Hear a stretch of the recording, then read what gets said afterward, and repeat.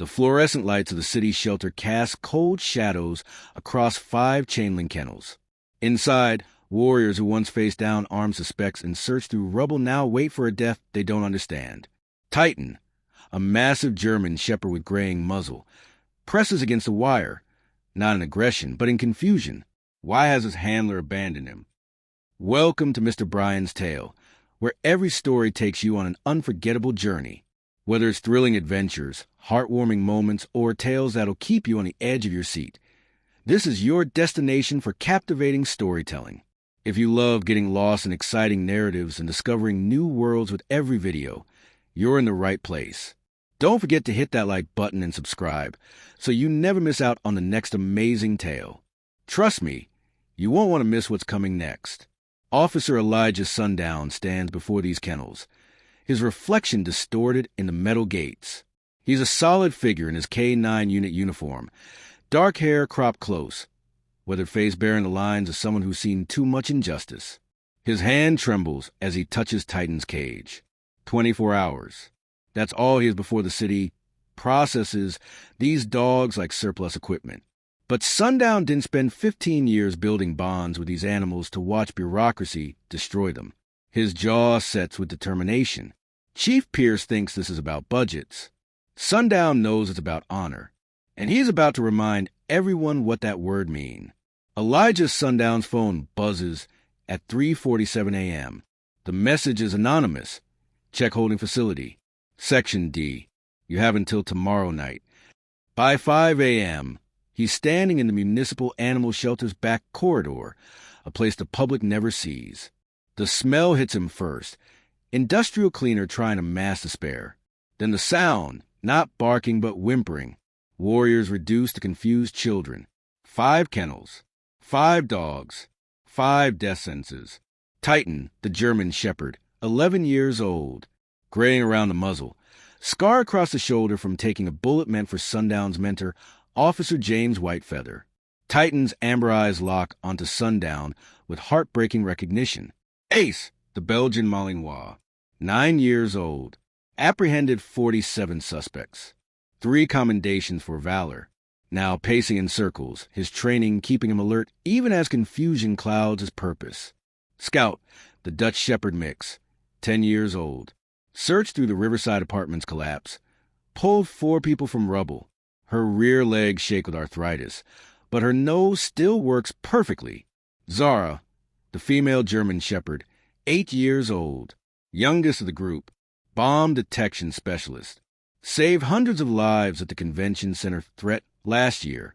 Her tail hasn't wagged since they brought her here. Rex, the massive Rottweiler Shepherd Cross, 12 years old, gentle giant victim advocacy dog who comforted countless trauma survivors, now pressed against the back of his kennel, trying to disappear. Sundown's hand grips the printout Dr. Lila Monroe slipped under his door. Budgetary reduction authorization. Euthanasia scheduled February 8, 2026, 1,800 hours. Approved. Chief R. Pierce. 24 hours to save 5 heroes. The city sees expired assets. Sundown sees family. And Chief Pierce has no idea what's coming. The face of corruption. Chief Randall Pierce's office smells like expensive cologne and ambition. Behind his mahogany desk, commendations line the walls. Not his own heroics, but budget efficiency awards. Spreadsheets, not service. Officer Sundown. I assume you're here about the K9 situation. Pierce doesn't look up from his computer. His silver hair is immaculately styled, his uniform pressed to knife-edge creases. The K9 execution, sir. Sundown stands rigid, the printout in his hand trembling. These dogs have given everything. These dogs are retired assets consuming resources. Pierce finally meets his eyes, cold and administrative. Housing costs $1,200 monthly per animal. Veterinary care averages $800. For animals no longer operationally viable. The math is simple. Titan took a bullet for Officer Whitefeather, who is deceased, and his dog is 11 with hip dysplasia. Expensive sentiment, Sundown. The words land like physical blows. Sundown's mentor, reduced to a line item. Titan sacrifice, dismissed as sunk cost. There are rescue programs, sanctuaries. We could. Transfer liability and paperwork? No. Clean termination, budget cleared, resources reallocated to active units. Pierce returns to his screen. Discussion over. This decision is final. The dogs are scheduled for humane euthanasia at 1,800 tomorrow. You're dismissed. Sundown doesn't move. Through the window behind Pierce, he can see the K9 training yard where he spent 15 years building trust, teaching courage, forging bonds that bureaucrats will never understand. Sir, I'm requesting emergency custody. I'll cover all costs. Denied. City property remains city property until officially disposed of. These animals have no adoption window. Security risk, legal liability. End of discussion. Officer. As Sundown turns to leave, Pierce adds, almost as afterthought, and Sundown? Stay away from those kennels. That's an order. The plan begins forming before Sundown reaches the parking lot. Dr. Lila Monroe's clinic sits 3 blocks from the shelter. She's waiting when Sundown arrives, her kind eyes betraying the steel underneath. I couldn't stay silent anymore, she says, pouring coffee neither of them will drink. Pierce has been pushing this for months. Calls them legacy costs. I've been documenting everything. She spreads files across her desk. Medical records showing dogs in good health. Budget analyses revealing discrepancies. Emails showing Pierce requested quotes for disposal services weeks before announcing budget problems. He's pocketing the difference, Sundown realizes. Claims $1,200 per dog housing costs, but the actual expense is $400. I've been the contract vet for 6 years. I know exactly what the city pays. Dr. Monroe's voice hardens. He's manufacturing a crisis to justify murder and embezzlement. Sundown's phone buzzes. Officer Ben Carter. I'm in. What do you need? Carter arrives within minutes, young, eager, and possessing something Sundown lacks. Technological literacy. His fingers fly across his laptop. Social media firestorm. Carter explains, we document everything, build a narrative, time the release perfectly. But we need something visceral, something the public can't ignore. I might have that. Dr. Monroe pulls out her phone, showing a video. It's Rex, the gentle giant, comforting a sobbing child in an interview room. The girl clings to his fur while detectives build her abuse case. That's Emma Harrison. She's 8 now. Rex helped her through the worst trauma of her life. Sundown watches a video. Something clicking. Can you find her? Already did. Her father's been looking for ways to thank the K9 unit. He has no idea Rex is scheduled to die. Carter grins. Now we have our story. Let's make it impossible to ignore. 16 hours until execution. Sundown returns to the kennels against direct orders. Dr. Monroe has granted him access under veterinary consultation paperwork, a fiction that won't survive scrutiny but buys time. Titan recognizes him immediately. The old shepherd presses against the kennel gate, not barking, just waiting, the same way he waited outside the hospital when Officer Whitefeather lay dying. Patient, loyal, uncomprehending of abandonment. Sundown's hands shake as he opens the gate. Titan's tail wags once, uncertain permission to hope. When Sundown kneels, the shepherd leans against him, all 80 pounds of trust and trauma. The scar on his shoulder, where the bullet tore through saving a life, feels like a brand against Sundown's palm. I promised James I'd take care of you, Sundown whispers. I thought the system would. I was wrong. In the next kennel, Scout whimpers. Her arthritis makes lying down painful, standing worse. Zara paces endlessly, her bomb detection training creating patterns even in despair. Ace remains alert, scanning for threats that aren't coming. Rex has stopped eating. These aren't broken dogs. They're confused soldiers wondering why they've been abandoned after service. Sundown's phone vibrates. Carter, Emma and her father are coming to station at noon. Chief Pierce will be in budget meeting. Perfect timing. Another text from Dr. Monroe. Formal complaint filed with State Vet Board. Won't stop execution, but creates paper trail for investigation. Then a message that changes everything. Unknown number. Officer Sundown.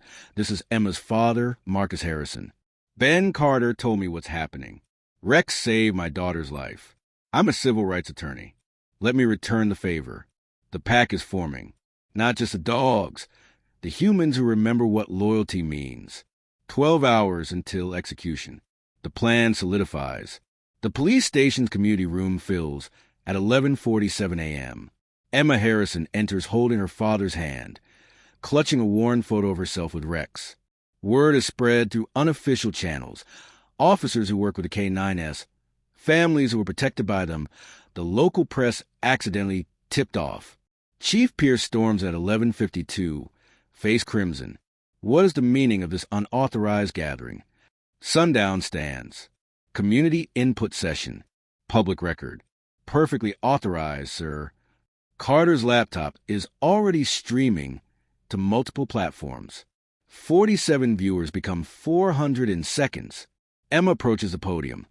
So small she needs a step stool. Her voice shakes but doesn't break. When I was 6, bad things happened. I couldn't talk about them. I was too scared. But Rex... She looks directly at the camera, eyes glistening. Rex sat with me for 3 days while the police helped me. He didn't judge. He didn't push. He just stayed. He made me feel safe enough to tell the truth. And because I did, they stopped the bad man. Her father's voice cracks as he adds, "My daughter is alive and healing because of that dog. And tomorrow, the city is going to kill him." The room erupts. Pierce tries to speak, but can't overcome the noise. Online, viewers spike to 1,800, then 6,000. Carter whispers to Sundown, documents uploading now. Budget discrepancies, Pierce's emails, everything. On screen, side by side, Pierce's official budget request showing $1,200 per dog, and the actual invoices showing $400. The difference, traced to an account connected to Pierce's wife. The stream goes viral. 20,000 viewers. 50,000. Pierce realizes too late that he's not just on camera. He's being exposed in real time to the entire city.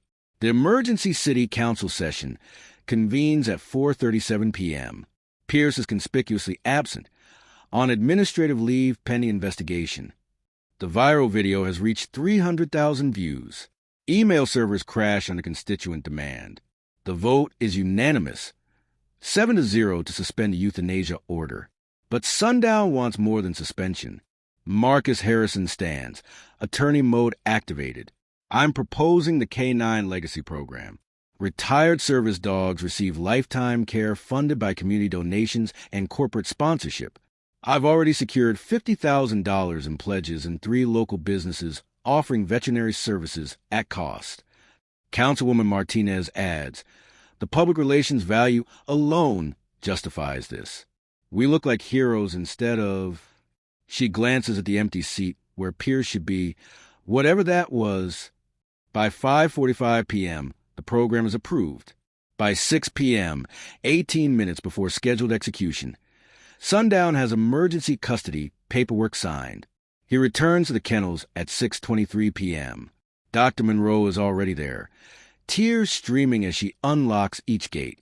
The dogs emerge cautiously, uncertain if this is real. Titan approaches Sundown slowly. The old shepherd's eyes ask the question, "Can I trust this?" Sundown kneels, pulling something from his pocket. Officer Whitefeather's K9 badge, kept all these years. He clips it to Titan's collar. "You're still on duty, boy. Different mission now. You teach people what loyalty means." Titan leans into him, finally, fully, the weight of a promise kept. Behind them, Emma hugs Rex.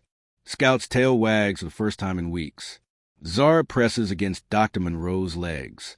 Ace and Carter are already planning training videos for the program's social media. The city tried to erase 5 heroes. Instead, it created a movement.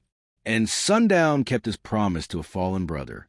Today, the K9 Legacy Program houses 17 retired police dogs across 3 facilities. Titan, now 12, spends his days visiting schools, teaching children about service and sacrifice. His graying muzzle and gentle demeanor have made him a beloved ambassador for working dogs everywhere. Scout helps train new handlers. Her experience invaluable despite her arthritis. Zorro works with PTSD veterans. Her calming presence helping those who served in different wars. Ace became a therapy dog at children's hospitals. And Rex? He still visits Emma every week. She's 10 now, thriving, and wants to become a veterinarian because of him. Chief Randall Pierce was convicted of embezzlement and fraud. He served 18 months and was permanently barred from public service. The investigation revealed he diverted over $200,000 in K9 program funds over 3 years. Officer Elijah Sundown received a Medal of Valor, not for facing bullets, but for facing bureaucracy with even greater courage. He now runs a K9 legacy program full-time, ensuring no retired service dog ever faces abandonment again. Dr. Lila Monroe serves as the program's chief veterinarian.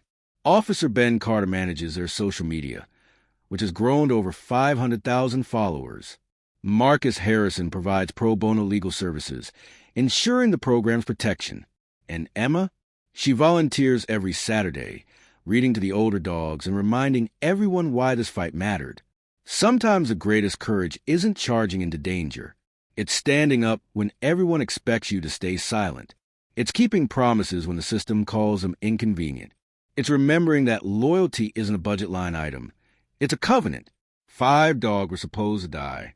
Instead, they sparked a revolution in how we honor those who serve. Because warriors, whether they walk on 2 legs or 4, deserve better than being treated as disposable. These 5 heroes almost became statistics. But their story didn't end in those cold kennels. It transformed into a movement. Now I have a question for you. Who are the unsung heroes in your community? The service dogs, the therapy animals, the working K9s who put their lives on the line every single day? Drop their names in the comments below. Let's honor them together. And here's the thing. Stories like this only spread when people like you share them. If the story moved you, if it made you angry at injustice or hopeful about what's possible when good people refuse to back down, then we need your help. Hit that like button to tell YouTube this story matters. Subscribe to Mr. Bryan Tales so you never miss another story of ordinary people doing extraordinary things. And smash that notification bell, because I got 17 more stories about the K9 Legacy Program dogs, and each one will restore your faith in humanity. Share this video with someone who needs to remember that loyalty still exists, that promises can still be kept, that 5 dogs and 1 determined officer can change an entire system. What would you have done with only 24 hours to save 5 lives? Tell me in the comments. Would you have fought the system? Found another way? Given up? And if you know someone working in animal rescue, K9 units, or fighting for the voiceless, tag them below. Let them know their work matters. Let them know people see them. Remember, like if the story touched your heart. Subscribe to Mr. Bryan Tales for more stories of courage, justice, and the unbreakable bonds between humans and the animals who serve beside them. Comment with the name of a 4-legged hero who deserves recognition. This is Mr. Bryan Tales, reminding you that heroes come in all forms, and they all deserve to be remembered. Until next time, keep fighting for those who can't fight for themselves.